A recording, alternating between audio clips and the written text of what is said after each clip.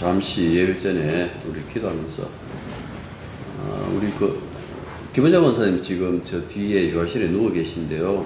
갑자기 어지러운 병이 와갖고 굉장히 이때까지 고생하시는데 오늘 또 이렇게 그것 때문에 지금 누워 계십니다. 하나님께서 딸에게 긍휼을 베풀어 주시며 주님의 그 평안함과 그 안정을 허락해 주십시오 하고 다 같이 기도 드리고 난 다음에 우리 예배 드리도록 하겠습니다. 다 같이 기도합니다. 우리는 인생들이 이렇게 연약합니다. 참 세상을 잡아먹을 듯한 그런 열정을 가지고 있지만은 우리의 육체라는 것이 이렇게 힘없이 한순간에 무너지는 그런 연약한 자들입니다. 이런 우리들을 하나님 자녀 삼아 주셨고 교회로 연합시켜 주셨고 하나님의 백성으로 함께 살아갈 수 있는 은혜를 허락하여 주셨습니다. 자비로우신 아버지 하나님, 우리 김은정 원사님에게 이 시간 마음의 평안 주시고 그를 붙들어 주시기만 간절히 바라고 합나이다.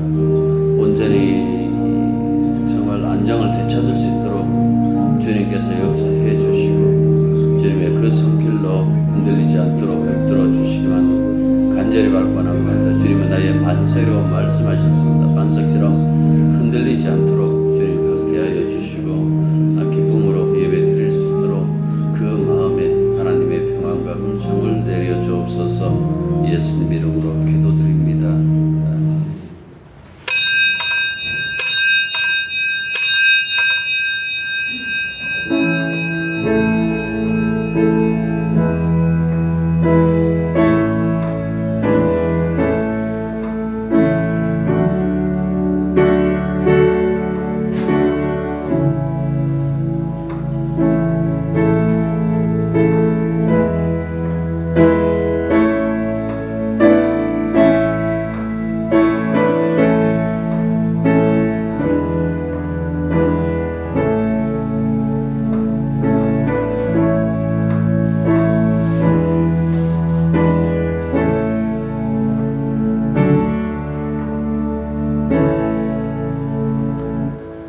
우리의 소망이시며 우리의 미래가 되신 그리스도 예수 안에서 이 시간 하나님 아버지 앞에 예배드립니다.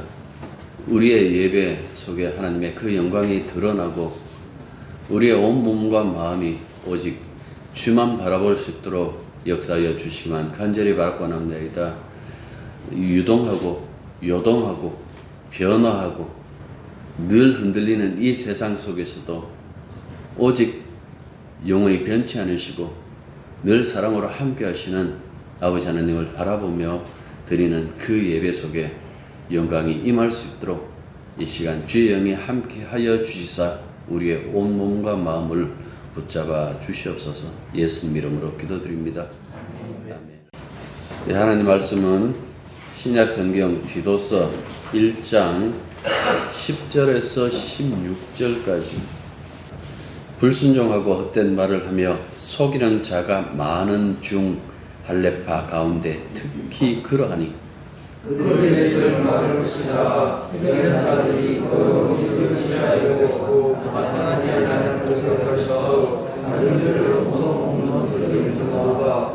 그레데인 중에 어떤 선지자가 말하되 그레데인은 항상 거짓말쟁이이며 악한 짐승이며 배만 위하는 게으른 뱅이라 하니 이 정신이 자신다. 그러므로 네가 그를 어메기라. 이는 그들로 하여금 믿음을 변하게 하고 유대인의 허탄한 이야기와 진리를 배반하는 사람들의 명령을 따르지 않게 하려 함이라. 깨끗한 자들에게는 모든 것이 깨끗하나 그러고 믿지 아니한 자들에게는 아무것도 깨끗한 것이 없고 오직 그들의 마음과 양심이 더러우리라. 다 같이요. 그들에게 하나님을 시인하나 행위로는 부인하니 가증한 자요 복종하지 아니하는 자요 모든 선한 일을 변질하지 않으라. 아멘. 개정판에는 번역되지 않은 단어가 하나가 헬라어 성경에는 나옵니다. 가르라는 왜냐하면 하고 이렇게 할 수 있는데 왜 앞서서 이런 권면을 했는지, 왜 이런 사람들이 지도자로 세워야 되는지 그 이유에 대해서 지금 설명하고 있을 뿐만 아니라 어떻게 보면 그 당시에 복음에 대해서 복음을 제대로 듣지 못하는 그런 사람들에 대해서 어떻게 판단하고 있는지에 대한 것도 우리들에게 나타내 보여주고 있는 겁니다. 우리가 읽은 이 본문은 디모데전서 3장 9절부터 11절과 함께 그리고 또 다른 이 목회 서신 후서겠죠. 디모데 후서겠죠. 이런 이단 논쟁과 매우 유사하기도 해요. 그런데 다른 목회 서신에 나오는 이단 논쟁과 분명히 차이점 드러나는 것도 있는데요. 예를 들어 가지고 12절 보시면 그레데 사람들하고 이렇게 그 사람들의 특징적을 어떤 성향을 이렇게 언급하고 있는 거예요. 그리고 14절 보시면 거짓 선생님들의 유대적 기원이 강조하는 어떤 그런 측면도 여기에 나타나고 있다라는 그 말씀입니다. 특히 그레데 사람들에 대한 부정적 평가는 이건 지역적인 색채를 띠기 위한 의도인지 아니면 다른 이유에서인지 정확한 결론을 내릴 수 없기도 해요. 이 유럽 문명의 출발점이었던 이 그레데 섬은 기원전 63년 이래에 로마의 관할 구역이었거든요. 그런데도 1세기 초에도 해적들의 거주지로 남아 있었습니다. 소위 말하면 마피아, 시실리의 마피아처럼 이 당시에 이 해적들이 거주지로 남아 있었다고 그렇게 해요. 거기 보면 로마의 관은 원주민, 해적들, 그리고 유대 상인들이 뒤섞여 혼합된 이 주민들로 구성되어져 있는데 이 섬의 사람들의 그 특징이 배신을 찬양하고 돈을 사랑하는 그런 어떤 그 노래 혹은 이름에도 나는 돈밖에 없다. 이런 이름을 가진 것을 보면 그 예전에 그들의 예언자가 말한 어떤 그 내용을 어느 정도 우리가 짐작할 수도 있고 이해할 수도 있다라는 그 말씀입니다. 이 크레타 사람들은 늘 거짓말쟁이, 못된 짐승들, 일은 안 하고 밥만 축내는 게으름뱅이들이다라고 이렇게 얘기했던 이 이야기는 그 알렉산드리아 클레멘트 그리고 제롬 4세기 사람들인데요. 그 4세기와 그 앞에 사람들인데 기원전 500년에서 600년 사이에 그레데 북쪽 해안에 살았던 시인이며 사회개혁가인 에피메네데스라는 이 사람이 이 말을 했다라고 그렇게 얘기를 하고 있어요. 근데 이런 성향을 띈 지역에 교회가 들어선 거예요. 또 여기에 거짓 교사들, 이 이단들이 침투해온 상황이다라는 그 말씀입니다. 이 사람들은 대부분 유대교에서 기독교로 개종했다가 믿음을 저버린 자들로 이들은 나중에 보면 그노시스에 이렇게 빠져버리는 그런 사람들로 나타난다라는 그 말씀입니다. 게다가 오늘 사대의 지적에 의하면 이들은 믿지 않는 이방인들보다도 더 못한 삶, 아주 비열한 그 삶을 사는 것으로 묘사되고 있는 거예요. 그래서 그레데 속담과 거짓 이단들을 어떻게 보면 함께 묶어 놓은 거예요. 그레데 사람들 일타, 그러니까 교회 안에서 좀 잘 가르치라 그 얘기가 아니고 그 옛날이잖아요. 그 한때 왜 그랬잖아요. 우리가 경상도 사람은 어떻고 전라도 사람은 어떻고 그래갖고 굉장히 서로 미워했잖아요. 예? 한때는 전라도 측에 경상 사람이 가니까 주위 있어서 기름도 안 넣어줬다. 그래서 혼났다. 여탄 이런 소문들이 막 돌았다고요. 그 편견. 이 사도가 이 편견을 가지고 이 사람들에 대해서 지금 얘기를 하고 있을까요? 근데 자세히 보시면 거짓 선생들, 다시 말해서 이단들을 하고 옛날 그레데 사람에 대해서 평가했던 그 시인의 말을 합쳐버렸어요. 이 사람들한테 딱 이 사람의 소리, 그러니까 이 옛날 그레데 시인이 얘기했던 이 이야기에 딱 맞는 인간들이 누군가니까 지금 그레데에서 활동하고 있는 거짓 선생들, 이단들이다. 이렇게 이해하는 것이 좋다라는 그 말씀입니다. 공연히 그레데 사람들의 이 사람들을 욕보이려는 것이 아니다라는 그 말씀입니다. 이단들의 속성, 그들이 가지고 있는 그 모습들이 과거에 옛날 속담으로 내려오는 그 속담의 말과 다를 바 없다라는 어떤 그런 측면에서 이 말을 인용했을 것이다 라는 그 말씀. 이 사람들이 대부분 아까 그 그노시스주의에 빠졌다 그랬잖아요. 그러니까 영지주의에 빠져가지고 희한한 기독교를 이렇게 전파했던 자들이었다라는 그 말씀이죠. 여기 보면 10절 보십시오. 불순종하고 헛된 말을 하며 라고 이렇게 얘기했어요. 이들의 특징이 뭡니까? 복종하지 않는다는 거예요. 불순종한다는 거예요. 그러니까 불순종한다라는 것, 복종하지 않는다라는 것은 이거는 그리스도가 그분의 그 말씀, 그러니까 복음을 따르지 않는다라는 얘기예요. 쉽게 얘기하면 그 제멋대로 설치는 자들, 헛소리나 짓거리는 자들하고 했잖아요. 그리고 그들 가운데서 특히 할례파들이 많다라고 이렇게 얘기를 했는데, 이 헛된으로 번역된 이 마타이오스라는 이 단어는 신약 성경에서 유일하게 여기에 쓰였어요. 이 단어 여기 한 번밖에 안 쓰였어요. 이게 언제 썼냐 하니까 이방인들이 우상 숭배를 유대인들이 비난할 때 쓰는 거예요. 헛된 짓 하고 있네. 사도가 보기에는 복음을 안 따른다는 거예요. 기독교의 진리가 아니라는 이야기예요. 이름은 기독교라는 이름을 가지고 있는데 그 내용은 사악한 가르침에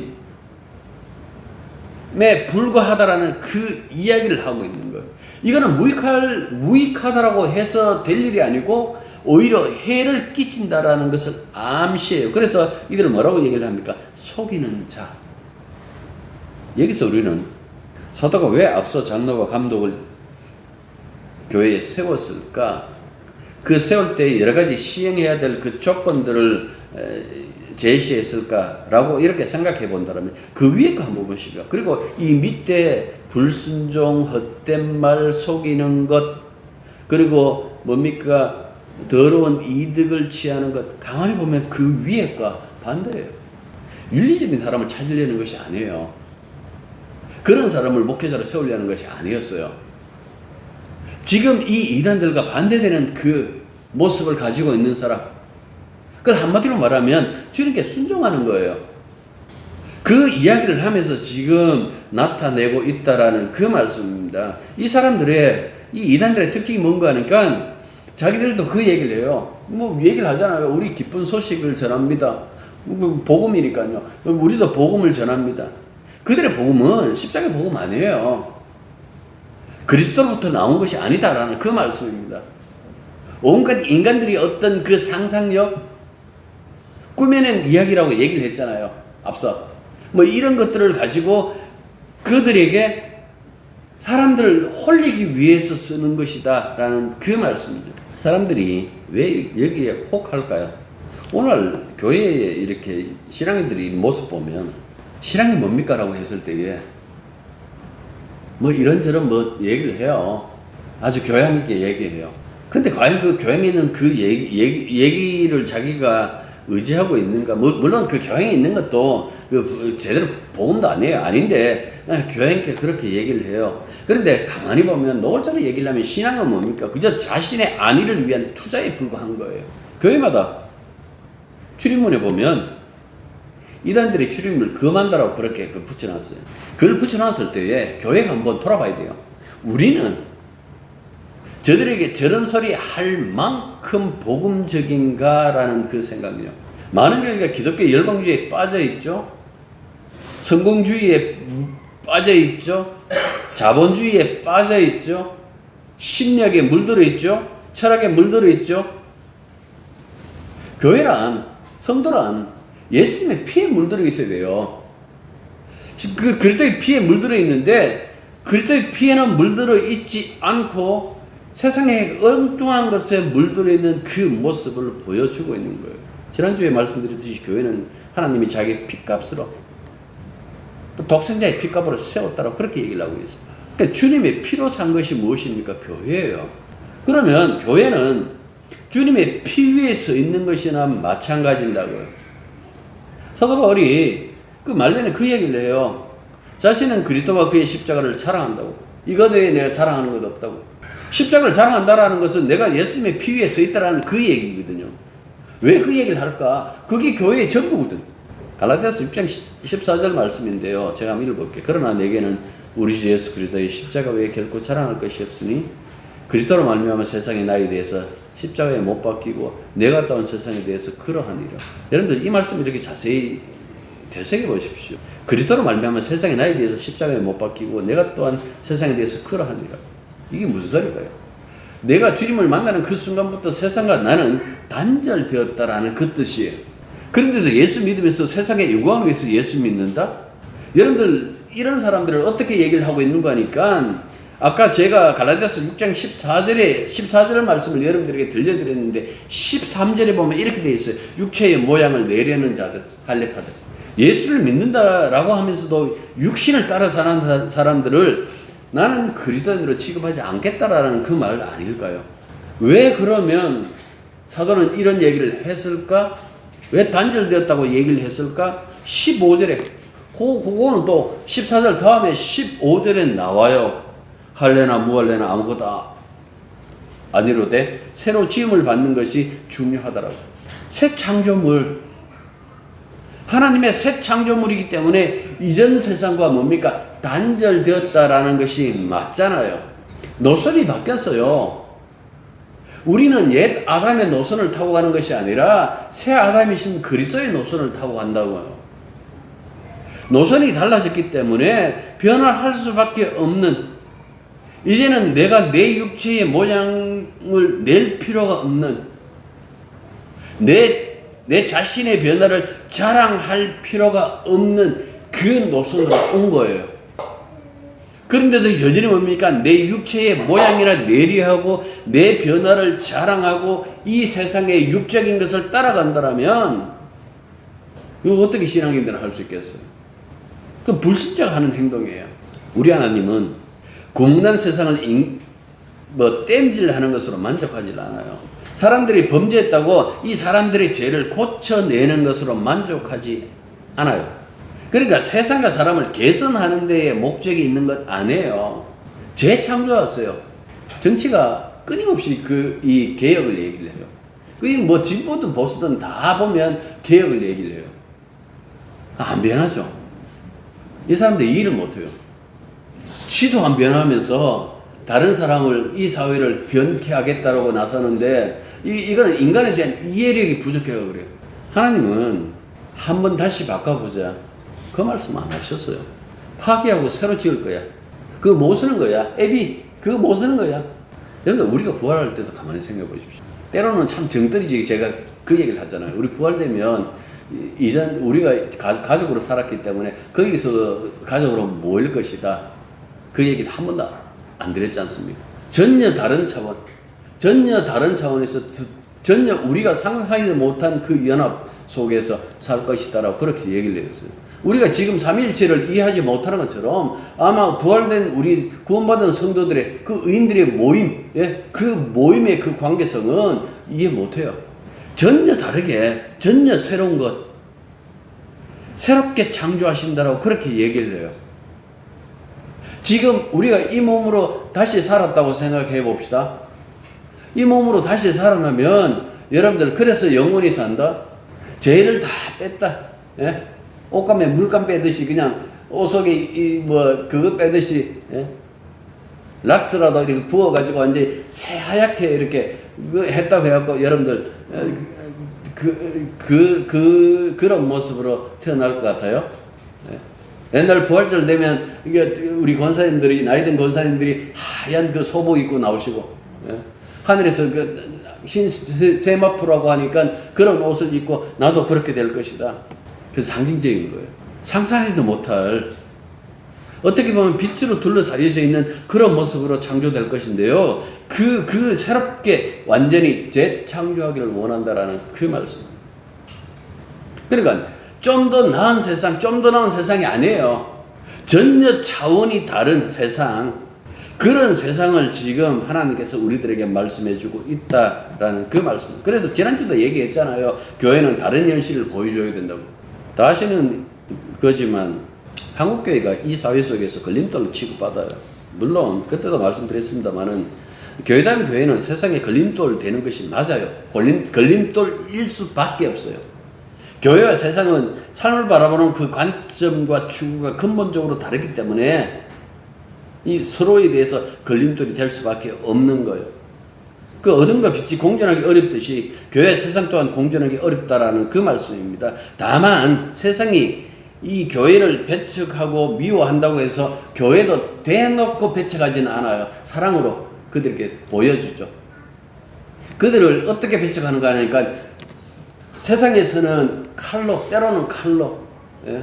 억압으로 배척했지만 우리는 어떻게 한다고요? 하나님의 사랑으로 배척해요.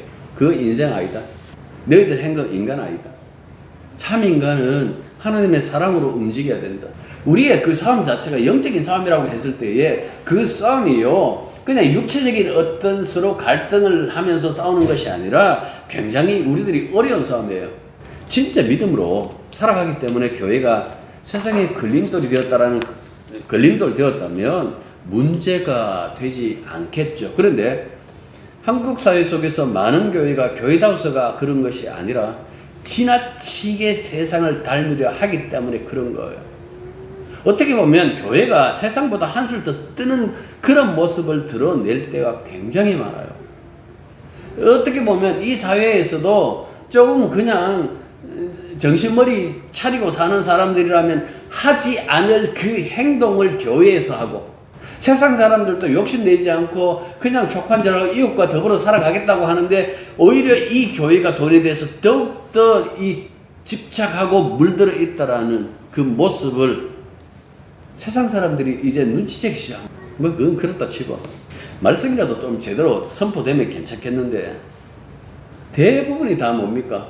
윤리 설교죠. 도덕 설교죠. 분명히 복음은 그런 게 아니잖아요. 복음은 여러분들에게 집중하는 것 아니에요. 복음은 예수님 한 분에게 그분만 주목하게 이끄는 것이 복음이에요. 우리가 신앙생활을 한다 했을 때 신앙생활하는 것은 행동의 바람을 얘기하는 것이 아니라 그 어떤 경우에도 예수 그리스도를 믿고 의지하는 자로 살아가는 것을 가지고 신앙이라고 그렇게 얘기를 해요. 바울 사도가 로마서 5장에서 한 사람 아담, 한 사람으로서 예수 그리스도를 대줘요. 그러니까 죄가 어떻게 한 사람으로부터 왔는지, 그 죄의 영향이 어떻게 폭발적으로 나타나게 됐는지 그 얘기하고, 그 다음에 예수님 이야기를 해요. 한 사람 예수 그리스도, 그가 어떻게 순종했는지, 그의 순종에 따라서 어떻게 그 영향력이 폭발적으로 나타나는지 그 두 가지를 얘기를 해요. 18절에 보면, 로마서 5장 18절에 보면 이런 얘기입니다. 그런즉 한 범죄로 많은 사람이 정죄에 이른 것 같이 한 의로운 행위로 말미암아 많은 사람이 의롭다 하심을 받아 생명에 이르렀느니라. 많은 하는 것은 이거는 모든이라는 뜻이에요. 그러니까 보십시오. 한 사람 아담은 정죄에 이르러 자기에 속한 모든 이에게 사망이 왕노릇하게 한 거예요. 그러니까 한 사람이 뭡니까? 폭발적으로 그 모든 사람들을, 나머지 사람들을 다 죽게 만들었다라는 그 얘기죠. 근데 반대 이야기를 해요. 한 사람 예수 그리스도는 의에 이르러 자기에 속한 모든 이에게 어디에 이르게 한다라고 하는 거 아니까 생명에라고 이렇게 얘기를 해요. 우리 지금 갖고 있는 이거 생명 아니에요. 예? 성경에서 생명이라고 했을 때에 하나님이 허락하시는 그 하나님의 생명을 가지고 생명이라고 그래요. 그러니까 여러분들 생각해 보십시오. 주님으로 말미암아 우리에게 어떤 일이 벌어졌는지. 사도 바울이 목숨 걸고 전했던 복음이 바로 이거예요. 예수에게 주목하시오. 그의 은혜로 말미암아 우리가 구원받습니다. 누구든지 그를 믿는 자 구원받는다라는 그런 얘기를 하는 거예요. 그런데 예수님의 대식점에 나오는 이 아담 보십시오. 이 아담이 선악과 따먹은 그 얘기, 이 선악과 그 얘기 그 신하다. 그 역사적인 사실이 아니다. 어쨌든 왜 그 얘기를 했을까? 단순히 호기심이었을까요? 호기심이 아니었어요. 굉장히 자세하게 뱀이 얘기를 해요. 물론 거짓된 것이지만. 이걸 따먹은 그 결과가 어떻다라는 것을 굉장히 자세하게 얘기를 해요. 물론 거짓말이지만. 호기심 아니에요. 성경은 이걸 사람의 호기심을 정죄했다? 아니에요. 호기심 정죄한 것이 아니에요. 그러면요. 하나님과 맺은 그 언약을 포기한 거예요. 하나님이 아담과 맺은 그 언약의 핵심이 뭡니까? 이거예요. 쉽게 말하면 네 나의 은혜 속에서 살래? 아니면 네 스스로 그냥 살래? 그 얘기거든요. 아담은 하나님 주신 생명을 은혜의 선물로 받아들이지 않아도 스스로 생명을 확보하여 살 수 있다고 생각했겠죠. 뱀이 유혹했으니까. 그래서 그 언약을 포기해요. 그 언약을 포기했는데 언약을 포기했다라는 그 말이 어떻게 보면 그 창세기 3장에 따르면 자기의 피조성을 포기한 거예요. 내 하나님 창조물 아니다. 그래서 스스로 생명을 확보하려는 그 행동을 하죠. 이게 성경이 말하는 죄예요. 예수님은 이걸 다시 되돌려 놓으려고 오신 거고요. 그래서 빌립보서 찬양시에 보면 잘 드러나죠. 이렇게 돼 있어. 그는 근본 하나님의 본체시나 하나님과 동등됨을 취할 것으로 여기지 아니하고 오히려 자기를 비워 종의 형체를 가지사 사람들과 같이 되셨고 사람의 모양으로 나타나서 자기를 낮추시게 죽기까지 복종하셨으니 곧 십자가에 죽으시니라. 여러분들 요 본문하고 창세기 3장에 돌아가서 아담의 그 이야기하고 가만히 대조해 보십시오. 한 분 그리스도는 하나님의 본체시에요. 하나님과 동등됨을 취할 수도 있는데 그것을 그렇게 여기지 아니했다. 사람은 늘 뭡니까? 온갖 것으로 자기를 채우려고 하는데 오히려 자기를 비워서 종의 형체를 가지사 사람들과 같이 되셨고 사람의 모양으로 나타내서 자기를 낮추시고 죽기까지 복종하시고 십자가에 죽으시고 이렇게 얘기합니다. 근데 인간의 이야기는요. 피조물임을 거부하죠. 그때부터 인간의 그 반역들이 나타나기 시작하죠. 자기 형제를 죽이기 시작하고 홍수 이후에도 변하지 않았습니다.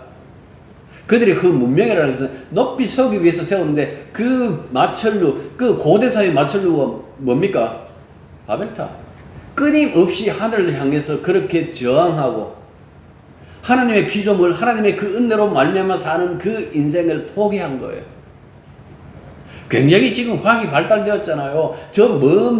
아주 멀리 이전까지 알지 못했던 그것까지 뛰어난 성능을 가진 그 우주 망원경으로 그걸 보는 거예요. 보면서 더욱더 그들은 생각하겠죠. 하나님 없어. 빌립보서 찬양은 이 부분을 대조하는 거예요. 한 사람 아담 그리고 모든 인간들 한 사람 예수 대조하는 거예요. 하나님은 스스로 낮아져 인간이 되셨고 인간은 자기를 높여가지고 하나님처럼 살아가고 있는 거예요. 이걸 이사야 14장에서는 뭐라고 얘기를 합니까? 마귀. 물론 바벨론 왕에 대해서 얘기하지만은 궁극적으로 뭡니까? 그 마귀의 통속들, 하나님의 대적자들의 특징들 그 얘기를 하고 있어요. 창조주인데도 피조물이 되신 하나님. 피조물인데 창조주가 되려고 했던 그 인간. 이걸 이 둘을 지금 로마서에서 비교해 주고 있는 거예요. 예수님의 순종에는 그냥 단순히 순종했다. 우리도 말 잘했다. 그 얘기 아니에요. 엄청 신학적 배경이 다 깔려져 있어요. 그런데 한 가지요. 어떻게 생명이 왔는가라고 해서 여러분들 믿음 생활 잘 하셔야 영생 받고 구원도 받아요. 이런 얘기 굉장히 많이 들었잖아요. 근데 여기서는 그렇게 얘기를 안 해요. 예수님의 행동이 의를 가져왔고 그 의로 말미암아 생명이 터져버렸다. 그런데 이 생명이요. 이게 저수지에 봇물 터진 것처럼 그냥 막 몰려와갖고 우리로 하여금 그 생명을 누리게 한다라고 그렇게 얘기를 해요. 그래서 바울은 항상 뭡니까? 사람들을 어떻게 살아야 되는지 사람들의 삶의 어떤 태도와 조건들을 얘기를 안 해요. 항상 예수님의 십자가 앞에 사람들을 데려다 놓죠. 이분이다. 이분으로 말미암아 우리가 의롭고 이분으로 말미암아 우리가 구원받는다라고 그렇게 얘기를 해요. 교회란 바로 이분과 연합된 것이다. 이분이 연합되어야만 교회가 누리는 모든 것들이 우리 교회는요. 극할 필요 없이 우리 주님은요. 하고 말하면 그 주님으로부터 충만한 그 영광과 충만한 그 은혜가 내려온다라는 그 얘기 하잖아요. 하나님 은혜 아래 살 때 가장 행복하지 않을까요? 사람이라면. 근데 하나님 없이 살겠다고. 아담이 그 생각 자체가 빅뱅이 돼버린 거예요. 엄청난 폭발력. 그리고 그 아담 아래에 있는 모든 인류를 어떻게 해요? 죄인으로 탄생시켜버렸어요. 죄가 있는 곳에 사망이 넘칠 수밖에 없겠죠. 그런데 그 엄청난 폭발력으로 터져 있는 그걸요, 주님이 오셔갖고 흡수하는 거예요. 이 한 분이 그 모든 제약을 삼켜버리죠. 그러니까 새로운 생명을 토해내시죠. 제가 로마서 보니까 그때 보면 인간의 모든 제약을 삼키는 블랙홀이셨고, 또한 새로운 생명을 선물로 토해내시는 화이트홀이셨다라고 이렇게 적어 놨더라고요. 어쨌든 로마서 5장 18절부터 19절에서 총괄적으로 압축해서 얘기하는 건 이거예요. 아담 한 사람으로 인해서 모든 사람에게 죄와 죽음이 넘쳤고, 이와 대조적으로 예수 그리스도로 인해서 의와 생명이 모든 사람에게 더욱 넘친다. 그 정도가 아니라 더욱 넘친다라고 그렇게 말씀하고 있습니다. 바울이 보기에 예수님의 순종하시면 아담의 불순종에 대한 응답이에요. 그렇게 나타나요. 그거는 하나님에 대한 신뢰와 믿음이었죠. 진짜 인간은 하나님 앞에 이렇게 순종해야 된다. 그것이 바로 하나님을 신뢰하는 것이고 믿음이다. 그 얘기를 하기 위하여 아담의 불순종과 대비해서 그리스도의 순종을 이야기를 했다라는 그 말씀. 그래서 우리는 예수와 함께, 그와 함께 생명으로 왕노릇 할 수 있는 것은 그분과 연합했을 때에 가능하다라는 그 말씀입니다. 그래서 성경은 그 얘기를 하죠. 너희가 그리스도와 함께 고난과 죽음에 참여한다라. 그분처럼 또한 부활에 참여하여 그분과 함께 생명 속에서 왕노릇한다. 여러분, 이걸 가지고 복음이라고 그렇게 얘기를 해요. 사람들에게 좀 더 어떻게든 그 끌어내기 위하여 그 정도 갖고 되겠느냐라고 얘기하는 것이 아니라 값없이 이미 우리들에게 생명을 줬다. 교회라는 것은 누가 잘하나, 이거 옛날에 어린이 프로였는데 누가 잘하나 뭐 그런 것이 아니잖아요. 도대체 이분이 누구신데 이렇게까지 우리를 사랑하시고 은혜를 베푸셨는가? 그것 확인하는 장소 아니에요? 그것 때문에 우리가 모이는 것 아니에요? 여러분들 모여가지고 서로의 얼굴을 쳐다보면서 니 지난주 어떻게 살았는데? 그렇게 살아가 되겠나? 여러분들 우리가 그거 비교하기 위해서 모이는 것 아니에요. 정말 그래도 저는 비교하고 싶어요. 예, 한번 소개해 드릴게요. 예수님. 그분하고 비교하세요. 우리 모두는 은혜 얘기하는 거예요. 사랑 얘기하는 거예요. 그것도 우리들의 은혜, 우리들의 사랑이 아니에요. 주님이 베푸신 사랑, 주님이 베푸신 그 은혜. 그런데 보십시오. 여기 보면 이 이야기를 하죠. 11절 보세요. 그들의 입을 막을 것이라. 제발 헛소리 못하도록 그들의 입을 막아버리라. 그 얘기네. 이 어느 대로 하면 입에 자갈을 먹이는 거예요. 말처럼. 왜 이렇게 입을 막으라고 했을까요? 이들이 헛소리로 교인들의 믿음을 흐트려 놓고 가정의 평화와 조화를 깨트리잖아요. 그걸 근원적으로 차단하다라는 그 말씀이죠.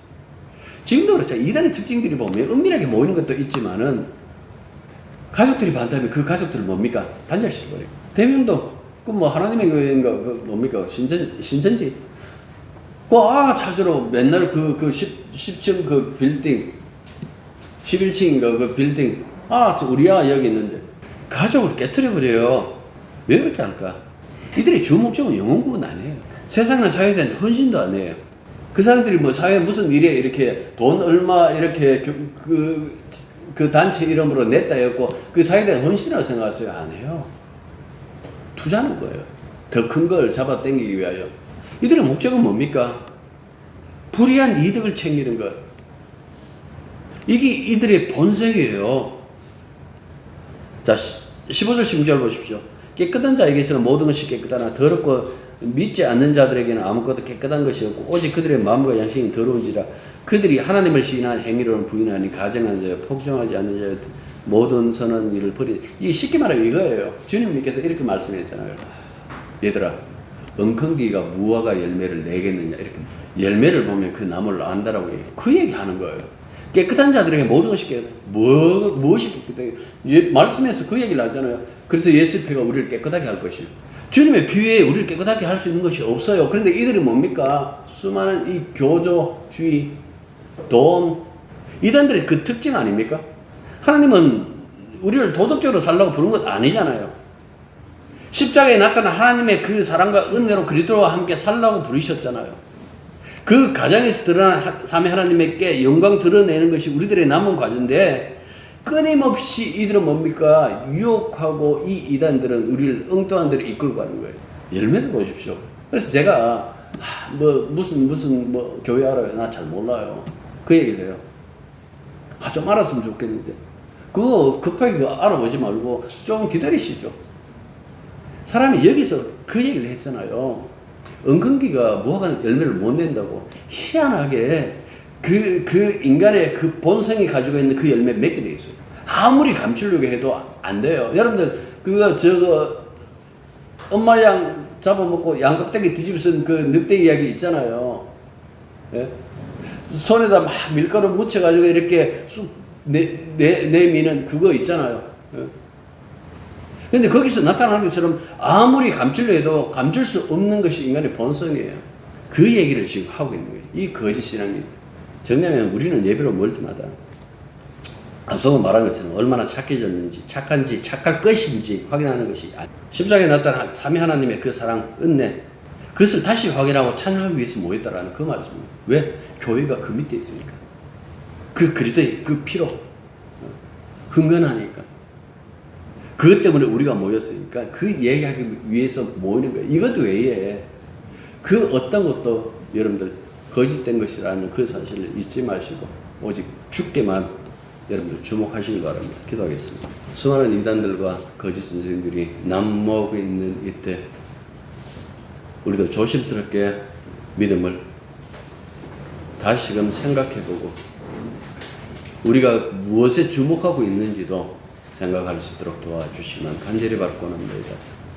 이 세상이 아니라 오는 세상, 이 세상의 영광이 아니라 오는 세상의 그 영광, 그 속에 이미 있기에 이 세상의 영광에 대해서는 전혀 무관심한 그 삶으로 살아가는 것이 우리들의 몫이라는 그 사실을 잊지 말게 해 주시옵소서. 주님이 다 해 주셨습니다. 우리를 꼭 품 안에, 당신이 낳은 그 자식으로 품 안에 안고 그 젖을 먹이는 그 어미처럼 모든 것을 다 해주고 계시다라는 그 사실을 깨닫고 날마다 주께 영광 돌리고 주님만 자랑하고 주님의 그 은혜와 사랑을 세상에 드러내는 그런 성도의 삶을 살아갈 수 있도록 우리를 붙잡아 주옵소서. 예수님 이름으로 기도드립니다. 아멘. 이제는 우리 주 예수 그리스도의 은혜와 하나님의 크신 사랑과 성령의 교통하심과 함께 하심이 진실로 거짓된 헛된 소리에 속지 않고 언제나 주의 복음 힘들지라도 늘 그 복음을 따라 살기로 다짐하는 당신의 자녀들 위해 이제로부터 항상 함께 있기를 축원합니다. 아멘.